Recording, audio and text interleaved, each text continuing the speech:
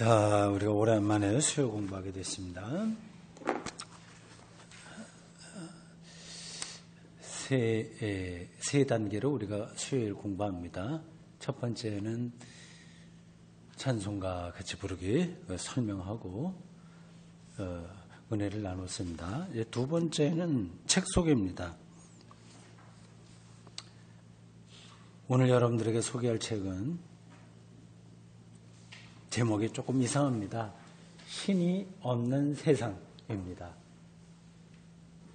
안셀름 구레인과 토마시 할리크 두 사람이 썼고 또 빈프리트 논 호프라고 하는 사람이 편집한 책입니다. 요거 분도 출판사에서 나왔어요. 가톨릭 출판사입니다. 신이 없는 세상입니다. 이런 것들을 우리가 직시해야 됩니다. 신이 없는 세상. 오늘 신을 거부하는 이 세계 속에서 하나님을 믿는다고 하는 것이 과연 뭔가, 그런 것들을 아주 일방적으로 쓰는 게 아니라 아주 그 세계의 흐름을 잘 사상, 인문학 그런 걸 바탕에 놓고 잘 설명한 책이에요. 이 책이 독일어로 나온 겁니다. 독일어 제목은 이렇게 되어 있습니다. 곧 로스 베르덴. 곧 하나님이에요. 로스. 영어로 LESS. 뭐뭐 없음을 가리키는 어미예요. 베르덴. 영어로 무슨 조동사인지 딱 떠오르지 않네요. 그러니까 하나님이 없게 될 건가, 뭐 그런 직역을 하면 그렇습니다. 그래서 의역을 해서 책 제목이 신이 없는 세상에 되어 있습니다. 이 책을 지금 제가 대구선사학교회 사이트에 강독으로 올리는 책, 감춰진 하나님의 나라, 그거 이제 다 끝나면 요거 그 다음에 읽을 책입니다. 요거를 제가 이제 자투리 시간에 조금씩 읽는데 거의 다 읽었습니다. 요번엔 이게 굉장히 좋았어요.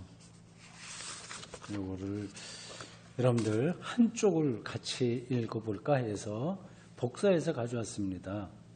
보십시오.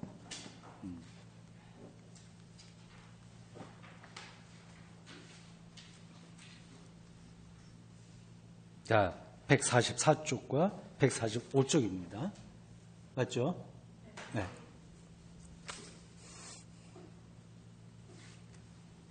개별 그리스도인의 신앙 안에 실현되는 것.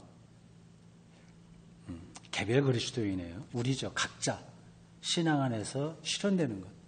뭔가가 있어야 될 거 아니에요. 신앙 안에서 실현되는 것. 즉 교회에 관한 교의 헌장, 인류의 빛의 핵심 개념을 빌리자면 요거요, 인류의 빛이라고 하는 교의 헌장되어 있죠. 이건 가톨릭의 문헌입니다. 그걸 가르쳐요. 예, 가톨릭에서는 여러 문서들을 이제 낼 때 주로 이제 교황 이름으로 하거든요. 근데 그 제목은 다 이제 라틴어로 나오죠. 그 가톨릭 문헌들은 다 그걸 띱니다. 이태리어죠. 지금 이태리어하고 뭐 라틴어하고 완전히 똑같지는 않지만 뭐 거의 비슷합니다. 그래서 그 문헌, 도큐멘츠라고 하는 그 문헌의 첫 단어와 혹은 첫 소절, 요걸 제목으로 잡습니다. 루멘, 겐티움. 요게 이제 인류의 빛, 루멘, 이게 빛이라고 하는 거예요. 그런 문헌이 있습니다. 여기에 따르면, 안에 존재하는 것은, 안에 존재하는 것, 그게 이제 눈에 보이진 않아요. 정룡선 목사의 안에 존재하는 기독교 신앙, 그리고 뭐 김집사의 안에 존재하는 신앙, 그런 것들이 다르잖아요. 안에 존재하는 것은 은총의 선물, 하나님이 주시는 선물만이 아니다. 교회의 믿음도, 즉 신앙인 공동체의 믿음, 그러니까 개인도 그렇고요, 교회의 믿음, 신앙인 공동체의 믿음. 그러니까 우리 대구샘터 교회 공동체의 믿음이 있잖아요. 방향성. 그리고 뭐 어떤 다른 교회의 그 공동체의 믿음도 있어요. 어떤 교회는 기복신앙 그런 걸 바탕으로 한다면 우리는 이제 조금 다르니까. 하여튼 그런 공동체의 믿음, 역사 속을 걷고 있는 하나님 백성의 믿음도 실현된다. 각각의 믿음이 실현된다. 그러니까 은총만이 있는 게 아니라 그건 하나님으로부터 오는 귀한 선물이죠. 그게 이제 우리를 살게 하는 건데 정말 그렇습니다. 이건 기독교 신앙의 맛을 아는 사람들은 그게 빛처럼 경험돼요. 그거 은총의 선물과 우리의 믿음, 우리 사람이 해야 될 그런 것들도 우리 안에서 실현된다. 네, 맞습니다. 그 사람이 신앙을 구도 정진하면서 살아왔냐 아니냐 그런 것의 차이가 있어요. 일찍이 토마스 아퀴나스는 이제 로마 가톨릭의 대부라고 할 수 있습니다. 13세기죠. 14세기인가 그때 살았던 로마 가톨릭 교회 신학자, 위대한 신학자 토마스 아퀴나스는 신학 대전 이런 걸 썼어요. 아주 대단한 사람입니다. 어거스틴과 같은 반열에 설 수 있을 정도로 뛰어난 사람. 우리로 하자면 마틴 루터 이렇게 볼 수 있죠. 아퀴나스는 믿음과 은총의 관계. 믿음은 우리에게서 나오는 거예요. 은총은 받는 거예요.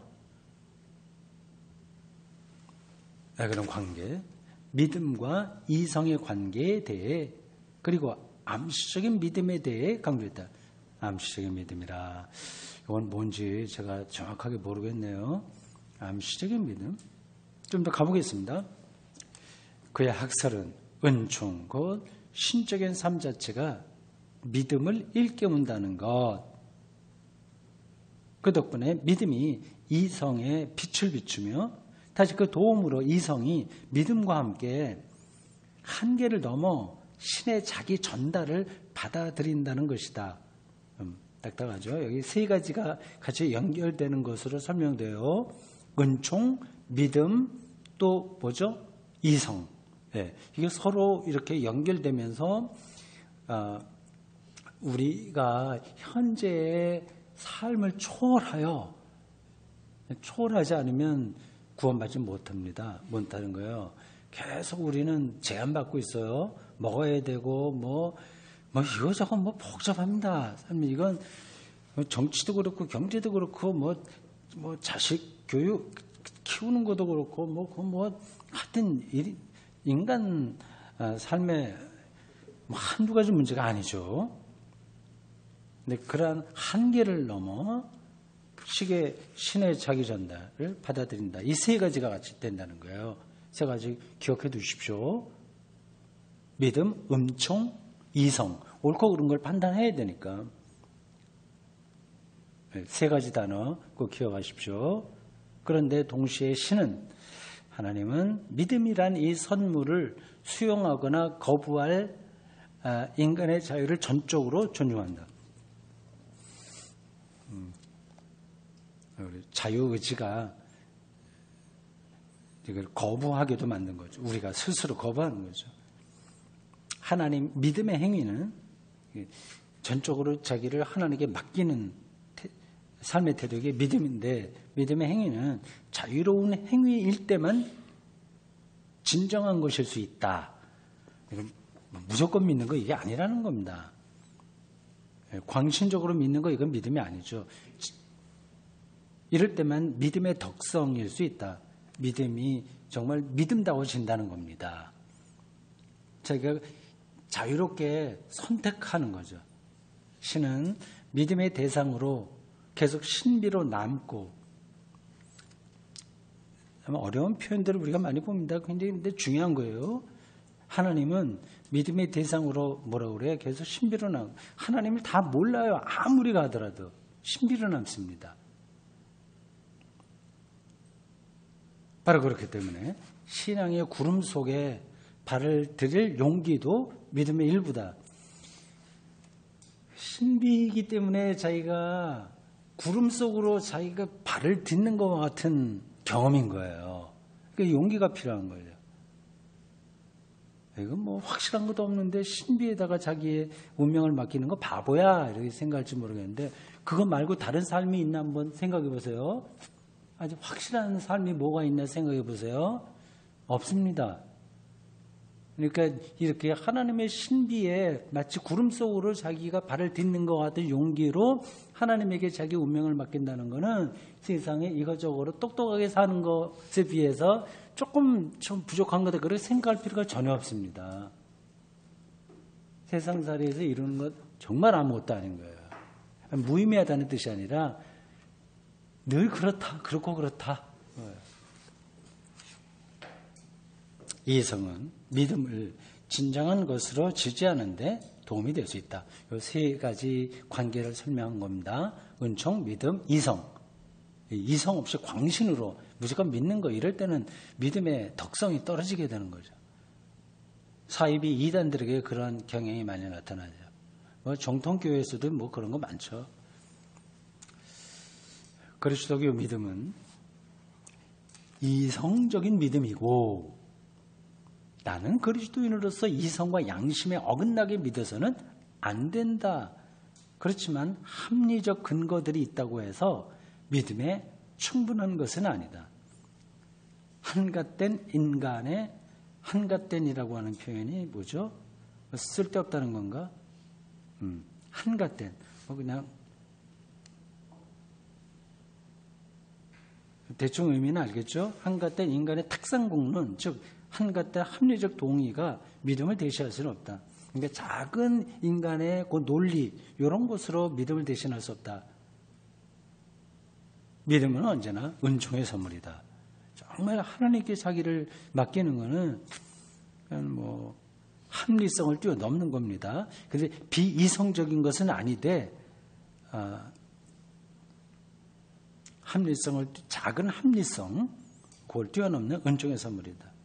인간 이성의 빛은 신적 신비의 어둠 속을 뚫고 가지 못한다.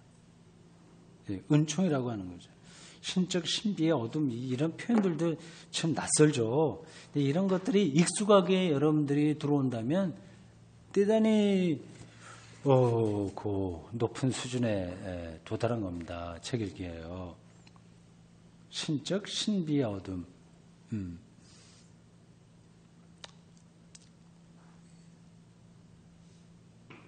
뭐 설명 더 하지 않겠습니다. 오히려 이성은 그 신비의 깊은 곳에서 나온 은총의 빛을 통해 깨닫는다. 이성은 그 깨달음에 의지한다. 은총의 빛은 다양한 방식으로 은총의 빛은 경험한 사람만이 느낍니다. 성경 제가 설교 준비하면서도 그 빛을 느끼거든요. 내가 전혀 몰랐던 생각하지 못했던 것들이 성경 안에서 새롭게 보이면 이게 은총의 빛입니다. 내가 노력해갖고 되는 건 아닌 거예요. 다양한 방식으로 인식될 수 있는 하나님에게서 시작되는데 하나님은 때로 익명으로 숨고 때로 가명으로 나타난다. 예. 그러니까 예배 드릴 때 목사가 설교하는 중에 어떤 때 큰 깨달음이 온다.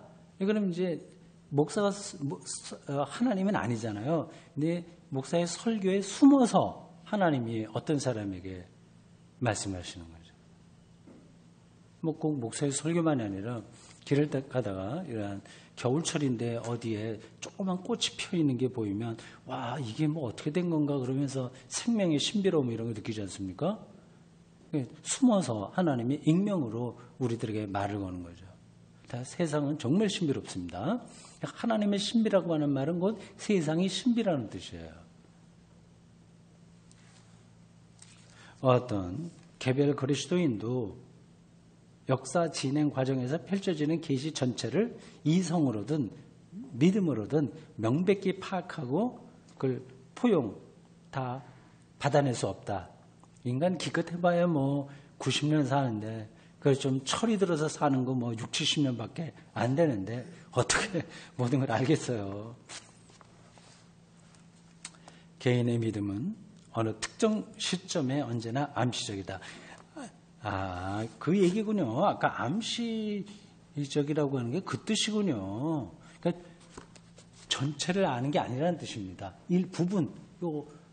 요거만 우리가 알고 알다가 가는 거예요. 죽는 거예요. 그러니까 그게 암시적이라는 뜻입니다. 흔적을 조금 붙드는 거죠. 토마스 아퀴나스에 따르면 한 인간이 깊이 신뢰하는 마음으로 신을 진리의 근원과 연관 지을 때는 그런 자기 헌신에 그 신앙인이 인식하지 못하고 고백하지 못하는 신조에 대한 암시적 도움이 또한 들어있다. 어려운 표현인데 지나가요. 그리스도교의 믿음은 육화된다. 이것도 육화는 실제가 된다는 얘기입니다. 실제.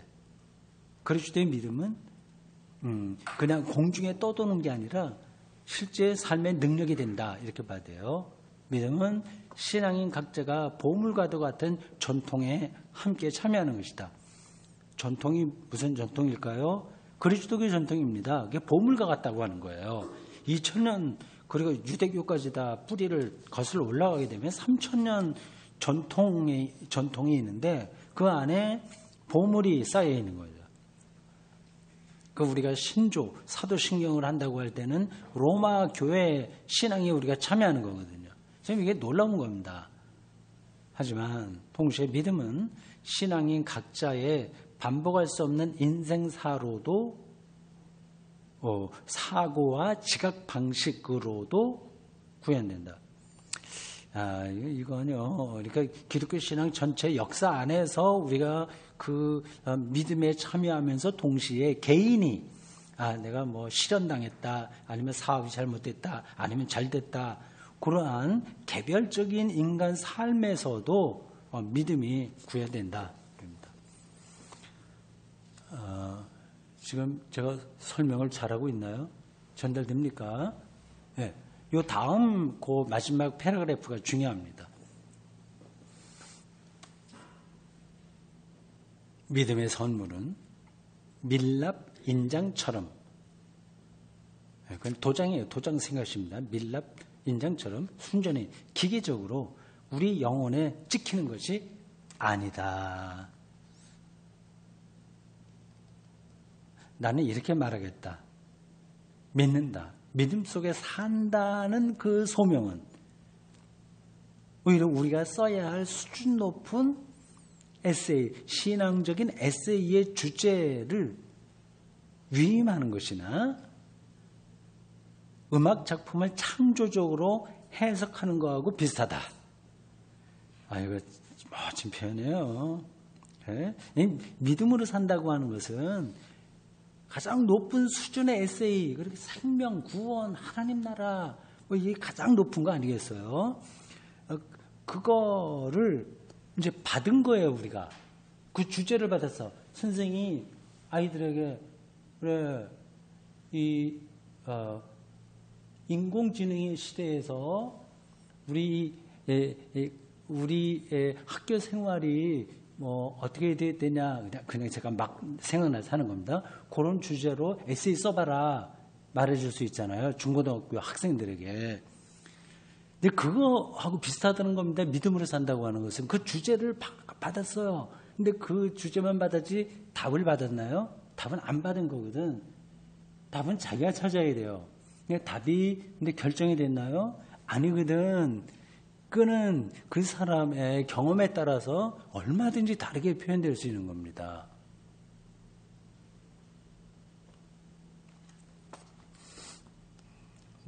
그런 상태를 모르면 이제 한국 기독교인들은 자꾸만 답을 찾아요. 이게 뭐예요? 이거 계속 그대로만 따라서 하는 게 신앙인 것처럼 생각합니다. 그건 이제 초등학생들이 이제 받아쓰기 하는 거하고 비슷합니다. 어머니 학교 다녀오겠습니다. 받아쓰는 거. 그거는 수준이 정말 낮은 거잖아요. 그것도 필요하긴 하지만 그러나 중고등학교 가게 되면 에세이를 씁니다. 그건 이제 자유롭게 자기가 어떤 경험한 세계를 쓰는 거죠. 기독교 신앙은 그 받아쓰기 하는 게 아니라 에세이를 쓰는 것과 같다. 그리고 음악 작품은 창조적으로 해석하는 것 같다. 이거 아주 굉장히 중요한 걸 말한 겁니다.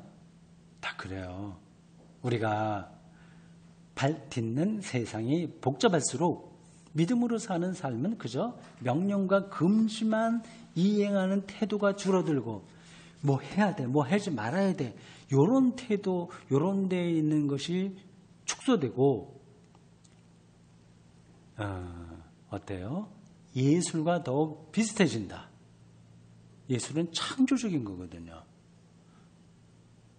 그리고 또한 일상적이지 않은 조건과 상황 안에서 창조적인 즉흥곡을 다룰 까다로운 기술이 갈수록 더 요구된다. 그러니까 자기에게 주어진 인생을 창조적으로 작곡할 수 있는 그러한 기술, 예술, 그러한 우리에게 익숙한 걸로 하자면 영성, 이게 필요한 거죠. 정말 중요한 걸 얘기하고 있어요. 한국 기독교인들은 이런 단계로 많이 가지 못합니다. 그냥 교회에서 말하는 몇 가지 숙제 하듯이 다 그 테두리 안에 머물러 있어서 영성이 풍요로워지지가 않아요. 그리고 이제 교회 목사들도 신자들을 그렇게 이제 교회 안에서 나오는 복제품 비슷한 거, 기도도 늘 천편일률적으로 하는 그걸 잘 따라서 하면 되는 것과 같은 그런 신자를 양산해내는 거, 이걸 목회로 생각하죠. 스스로 신자들이 거룩한 예술가처럼 기독교 신앙의 근거에서 자기의 삶을 책임적으로 살게 하는 그쪽으로 가게 하지 않습니다. 좀 안타까운 거죠. 그렇게 하더라도 그냥 착하게 좋게 살면 됩니다. 그걸 어떻게 하겠어요? 그냥 받아쓰기 수준 하는 거죠. 그것도 그렇게 제가 근본적으로 부정하고 싶지 않습니다. 그러므로 세상에는 그리스도인으로 살아가는 갖가지 방식이 점점 줄어들어요. 늘어나요. 늘어나는 겁니다. 똑같은 방식의 삶이 없어요. 각각 자기가 선택을 해야 돼요.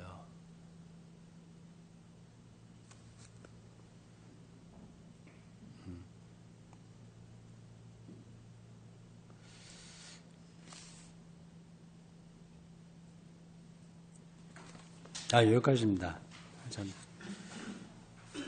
자, 책 소개는 이제 끝났습니다.